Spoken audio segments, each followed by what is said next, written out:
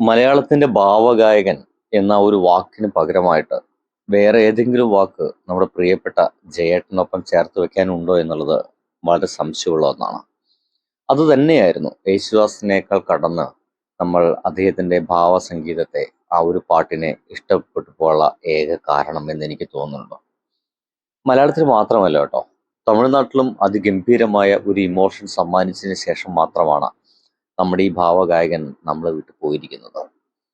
ഭാഷാതലങ്ങൾ കടന്ന് സംഗീതം എന്നൊരു മാന്ത്രികതയ്ക്ക് സ്വന്തമായിട്ട് പി ജയചന്ദ്രൻ എന്നൊരു ഗായകൻ ഉണ്ടായിരുന്നു എന്ന് നമുക്ക് തോന്നിപ്പോകും. നമ്മുടെ തമിഴ്നാട് പ്രേക്ഷകര് ഏറ്റവും കൂടുതൽ ഏറ്റുപാടിയ ഒരുപാട് ഗാനങ്ങൾ നമ്മുടെ ജയേട്ടൻ്റെ ഉണ്ട്. പക്ഷെ അതിൽ ഏറ്റവും ശ്രദ്ധേയമായത് ഇളയരാജ സാറ് സംഗീതം പകർന്ന രാസാത്തി ഉന്നൈ കാണാതെ നെഞ്ച് എന്ന ഗാനാണ്. 1994 തിയേറ്ററുകളിൽ വൈദേഹി കാത്തിരുന്നാൾ എന്ന ചിത്രത്തിലെ ഈ ഗാനം പിറക്കുന്നത്. ഈ ഗാനത്തെ കുറിച്ചിട്ട് നമ്മുടെ ഇളയരാജ തന്നെ പറഞ്ഞ ചില വാക്കുകളുണ്ട്. അതിഗംഭീരമായിട്ടുള്ള ഒരു വാക്കുകളാണ്. ഈ രാസാത്തി ഉന്നേ എന്ന പാട്ട് കേട്ട് കാട്ടിൽ നിന്ന് ആനക്കൂട്ടം വരെ ഇറങ്ങി വന്നൊരു അനുഭവ കഥയായിരുന്നു ഇളയരാജ നമ്മുടെ മുമ്പിൽ പണ്ട് പങ്കുവച്ചത്. തമിഴ്നാട്ടിലെ കമ്പത്ത് കാടിനോട് ചേർന്ന ഒരു തിയേറ്റർ ഉണ്ടായിരുന്നു അത്രേ. ആ തിയേറ്ററിൽ ചിത്രത്തിന്റെ പ്രദർശനം നടക്കുമ്പോഴായിരുന്നു ഈ സംഭവം നടന്നത്. രാസാത്തി ഉന്നേ എന്ന് പറയുന്ന ആ പാട്ട് തിയേറ്ററിൽ തുടങ്ങിക്കഴിഞ്ഞ ആ നിമിഷം തന്നെ കാട്ടാനകള് കാട്ടിൽ നിന്ന് ഇറങ്ങി ഈ ഗ്രാമത്തിലേക്ക് വരികയും ചെവിയാട്ടി തുമ്പിക്കൈ ഉയർത്തി കാട്ടാനക്കൂട്ടം ആ പാട്ട് ആസ്വദിച്ച് അങ്ങനെ നിൽക്കും. പാട്ട് കഴിയുമ്പോൾ അവൾ കാട് കയറും. സിനിമ തിയേറ്ററിൽ നിന്ന് മാറുന്നവരെ ഈ സംഭവം തുടർന്നു പോകുന്നതായും ഇളയരാജ പറഞ്ഞിട്ടുണ്ട്. അത്രയേറെ തമിഴിന്റെ രക്തത്തിൽ കലർന്നുപോയ ഒരു മലയാളി പാടിയ ഒരു പാട്ടുണ്ടെങ്കിൽ അത് രാസാത്തി ഉന്നൈ എന്ന് പറയുന്ന ആ പാട്ട് തന്നെയായിരുന്നു. മുൻപ് പി ജയചന്ദ്രന് ഈ ഗാനത്തെക്കുറിച്ച് പറഞ്ഞത് ഫോക്കൊന്നോ കർണാട്ടിക്കൊന്നോ വേർതിരിക്കാനാവാത്ത ഒരു അപൂർവ ഗാനം എന്നാണ്. ഈ ഒരു ഗാനം തന്നെ കൊണ്ട് പാടിപ്പിച്ചതിന് താൻ സർവേശ്വരനോട് എന്നും നന്ദിയുള്ളവരായിരിക്കുമെന്നും പി ജയചന്ദ്രൻ പറഞ്ഞിരുന്നു.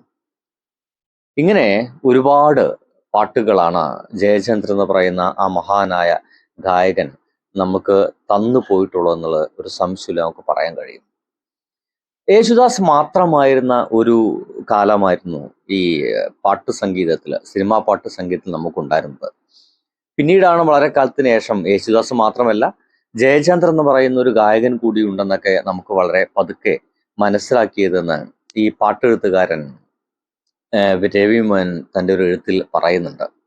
അതും അദ്ദേഹം പറയുന്നത് അത് അങ്ങനത്തെ ഒരു ഗായകൻ ഉണ്ടായിരുന്നുവെന്ന് അന്നത്തെ കുട്ടിയായിട്ടുള്ള അദ്ദേഹത്തിന് തിരിച്ചറിയാൻ സാധിച്ചില്ല. പിന്നീട് പൂവും പ്രസാദവും എന്ന് പറയുന്ന പാട്ട് കേൾക്കുന്നവരെ മലയാളികൾക്ക് മുഴുവൻ കാത്തിരിക്കേണ്ടി വന്നു. യേശുദാസ് മാത്രമല്ല വേറൊരു ഗായകൻ കൂടിയുണ്ട് നമ്മുടെ നാട്ടിലെന്ന്. അങ്ങനെയാണ് പി ജയചന്ദ്രൻ പറയുന്ന ഈ ഒരു ഗായകൻ നമ്മുടെ മുമ്പിലേക്ക് എത്തുന്നത്. കാരണം ഇദ്ദേഹത്തിന്റെ ഒരു മനം മയക്കുന്ന ഒരു ഹമ്മിങ് ഉണ്ട്. മിക്ക പാട്ടുകളും നിങ്ങൾ കേൾക്കുമ്പോൾ നമുക്ക് മനസ്സിലാവുന്ന അങ്ങനെയാണ്. നമ്മളെ മനസ്സങ്ങണ്ട് ആ ഒരു പാട്ടിനോടൊപ്പം പ്രണയാതുരമായി പോകാൻ സാധ്യതയുള്ള വിധം നമ്മുടെ മനസ്സ് മാറിപ്പോകും എന്നുള്ളതാണ്. അത്രയ്ക്ക് ഗംഭീരമായിട്ടായിരുന്നു പി ജയചന്ദ്രൻ നമ്മുടെ മുമ്പിലൊക്കെ പാട്ടുകൾ പാടിത്തന്നിരുന്നത്. എന്തായാലും ഇങ്ങനെ ഒരുപാട് പാട്ടുകൾ നമുക്ക് പാടിത്തരിക മാത്രമല്ല, ആ പാട്ടുകളെ കുറിച്ചിട്ട്, സ്വന്തം പാട്ടുകളെ കുറിച്ചിട്ട് ജയചന്ദ്രൻ എന്ന് പറയുന്ന ആ ഒരു പാട്ടുകാരൻ സംസാരിച്ചിരുന്നു എന്നതിന് സംശയമാണ്. അദ്ദേഹം പലപ്പോഴും സംസാരിച്ചിരുന്നത് തൻ്റേതല്ലാത്ത പാട്ടുകളെ കുറിച്ചിട്ടാണ്. മുഹമ്മദ് റഫി എന്ന് പറയുന്ന ആ മനുഷ്യനെ ദൈവതുല്യമായിട്ടായിരുന്നു പി ജയചന്ദ്രൻ കരുതിയിരുന്നത്. അങ്ങനെ ആദ്യമായിട്ട് പാട്ടുകാരൊപ്പമുള്ള യാത്രയിൽ കോഴിക്കോടിൻ്റെ അല്ലെങ്കിൽ കേരളത്തിൻ്റെ മഹാഗായകൻ, മഹാസംവിധായകനൊപ്പമുള്ള യാത്രകൾ, അദ്ദേഹത്തിനൊപ്പം ആദ്യമായിട്ട് മാംസം കഴിക്കുന്നതെല്ലാം അദ്ദേഹം വളരെ രസകരമായിട്ട് പറയുന്നുണ്ട്. നല്ല ഉരുളങ്കല്ല് പോലത്തെ ശബ്ദമൊന്നുമല്ല, നല്ല മിനുസുള്ള ശബ്ദമാണ് ഇദ്ദേഹത്തിന് എന്നൊക്കെ പലപ്പോഴും പറയാറുണ്ട്. പ്രണയഗാനങ്ങളായിരുന്നു നമ്മുടെ ജയചന്ദ്രൻ എന്ന് പറയുന്ന ഈ ഒരു പ്രതിഭയുടെ ഏറ്റവും ആ പ്രതിഭ പൂത്തുലഞ്ഞ സമയങ്ങളൊക്കെ അപ്പുറം തോന്നുന്നു. ഇന്ദുമുഖി ഇന്ന് രാവിലെ എന്തു ചെയ്യൂ എന്ന് പറയുന്ന ഒരു പാട്ടുണ്ട്. അത് ഗംഭീരമാണ്. എങ്ങനെയാണ് എനിക്ക് പാടണമെന്നും അറിയില്ല. അതുപോലെ ഏകാന്ത സന്ധി വിടർന്നു സ്നേഹേ മുനാ നദിക്കരയിൽ ഇന്നും അവൾ മാത്രം വന്നില്ല, ക്രോണിക് ബാച്ചിൽ എന്ന് പറയുന്ന സിനിമയിലെ ഒരു പാട്ടാണ്. ഇങ്ങനെ ഒരുപാട്, എത്ര പ്രായം കഴിഞ്ഞിട്ടും നമുക്ക് ശ്രദ്ധിച്ചാൽ മനസ്സിലാകും തുടക്ക കാലഘട്ടത്തിൽ ജയചന്ദ്രൻ എന്ന് പറയുന്ന ആ ഒരു മനുഷ്യനുണ്ടായിരുന്ന ശബ്ദമായിരുന്നില്ല. ഈ പ്രായം കൂടി വരും തോറും ജയചന്ദ്രൻ എന്ന് പറയുന്ന ആ ഗായകന്റെ ശബ്ദം അത്രയേറെ സ്വീറ്റ് ആവുകയായിരുന്നു. എത്ര മധുരതരമാവും എന്ന് വെച്ച് കഴിഞ്ഞാൽ ഒരു രക്ഷയില്ല, അത്രത്തോളം മധുരതരമായിട്ട് ഈ മനുഷ്യൻ പാടിയിരുന്നു. എന്തുകൊണ്ടാണ് ഇങ്ങനെയൊക്കെ ശബ്ദം ഈ പ്രായത്തിൽ ഇത് എങ്ങനെ കെടാതെ സൂക്ഷിക്കുന്നതെന്ന് ഒരിക്കൽ ചോദിച്ചപ്പോൾ അദ്ദേഹം പറഞ്ഞത് എല്ലാം ഗുരുവായൂരപ്പന്റെ കൃപാകടാക്ഷം എന്നാണ്. ഇതേ ചോദ്യത്തിന് ഗിരീഷ് പുത്തഞ്ചേരി നൽകിയ മനോഹരമായ മറ്റൊരു ഉത്തരമുണ്ട്. സ്വാഭാവികമായിട്ടും വന്നു നിറയുകയാണ് എല്ലാ വികാരങ്ങളും അദ്ദേഹത്തിന്റെ ശബ്ദത്തിൽ. ജയേട്ടൻ പോലും അത് അറിയണമെന്നില്ല. പാട്ടെഴുത്തുകാരനോ സംഗീത സംവിധായകനോ ഉദ്ദേശിക്കുന്ന ഭാവതലത്തിനപ്പുറത്തേക്ക് വരികളെയും വാക്കിനെയും അക്ഷരത്തെയും വരെ അനായാസം ഉയർത്തിക്കൊണ്ടുപോകുന്നു അദ്ദേഹം.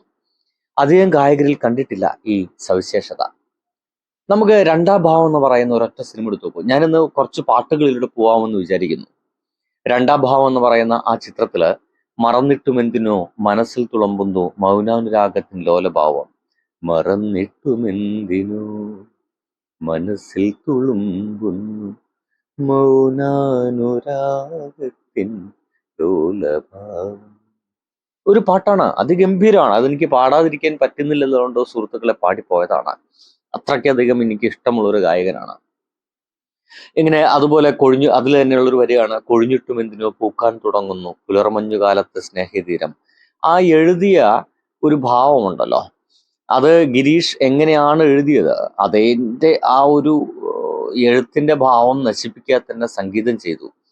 സംഗീത സംവിധായകൻ അത് ചിട്ടപ്പെടുത്തുമ്പോൾ ഒരുപക്ഷെ ജയേട്ടൻ പാടുന്ന ഒരുപക്ഷെ ആ മനുഷ്യൻ മനസ്സിൽ കരുതിയിരിക്കാം. അതാണ് നമ്മളൊന്നും വിദ്യാസാഗറൊന്നും മനസ്സിൽ കാണാത്ത വേറെ ഏതോ ഒരു സ്നേഹത്തിന്റെ വേറെ ഏതോ ഒരു തീരത്തിലേക്ക് ആ ഹൃദയം കൊണ്ട് പാടുന്ന ഒരു മനുഷ്യൻ നമ്മൾ കൊണ്ടുപോകുന്നുണ്ട്. ഗിരീഷ് പുത്തഞ്ചേരി രചിച്ച വേറെ ഒരുപാട് ഗാനങ്ങളുണ്ട് ജയചന്ദ്രന് വേണ്ടിയിട്ട്. പകർനാട്ടം എന്ന് പറയുന്ന പകർനാട്ടത്തിന്റെ ഇന്ദ്രജാലം തൊട്ടറിയുന്നു നാം എന്ന് ആരും കാണാൻ നന്ദൻ എന്ന് പറയുന്ന സിനിമയിലെ വിരൽ തൊട്ടാൽ വിരിയുന്ന പൊൻപൂവേ ആരാരും കാണാതെ എന്ന് പറയുന്ന ഫാൻഡ് എന്ന് പറയുന്ന സിനിമയിലെ കണ്ണിൽ ഉറങ്ങാതെ രാവുറങ്ങി എന്ന് പറയുന്ന സിനിമയിലെ എന്തേ എന്തും വന്നില്ല ഗ്രാമഫോൺ എന്ന് പറയുന്ന സിനിമയിലെ കണ്ണും നട്ട് കാത്തിരുത്തിട്ടും ഒരുപക്ഷെ നിരന്തരമായിട്ട് ഇപ്പോൾ ആളുകൾ കേട്ടുകൊണ്ടിരിക്കുന്ന പാട്ടുകൾ ഒന്നതായിരിക്കും കണ്ണും നട്ട് കാത്തിരുന്നിട്ടും കഥാവശേഷം എന്ന് പറയുന്ന സിനിമയിലെ. ഇങ്ങനെ മലയാളികൾ ഹൃദയത്തിൽ ഏറ്റുവാങ്ങിയ ഒരുപാട് ഒരുപാട് ഒരുപാട് ഗാനങ്ങളുണ്ട്. ജയേട്ടൻ പലപ്പോഴും സംസാരിക്കുമ്പോൾ ശ്രദ്ധിച്ചാൽ മതി, ഒരു കുട്ടിത്തം എപ്പോഴും, അത്തരത്തിലൊരു നിഷ്കളങ്കത എപ്പോഴും ഈ ഒരു മനുഷ്യൻ മനസ്സിൽ സൂക്ഷിച്ചിരുന്നു നമുക്ക് തോന്നിപ്പോകും. ബിജുപാല്, സംഗീത സംവിധായകനായിട്ട് ബിജുപാൽ പറയുന്നത് അദ്ദേഹത്തിനുള്ളിലെ ഒരു കുറുമ്പുകാരൻ കുട്ടിയെ നമ്മൾ കണ്ടറിഞ്ഞ് ഔചിത്യപൂർവ്വം ട്രീറ്റ് ചെയ്താൽ മതി, ബാക്കിയെല്ലാം എളുപ്പമാവും. ഏത് കടുകട്ടുപാട്ടും നമ്മൾ ഉദ്ദേശിക്കുന്ന തലത്തിനപ്പുറത്തേക്ക് സഞ്ചരിച്ച് പാടി ഫലിപ്പിക്കാൻ കഴിയുന്ന ഗായകനാണ് അദ്ദേഹം.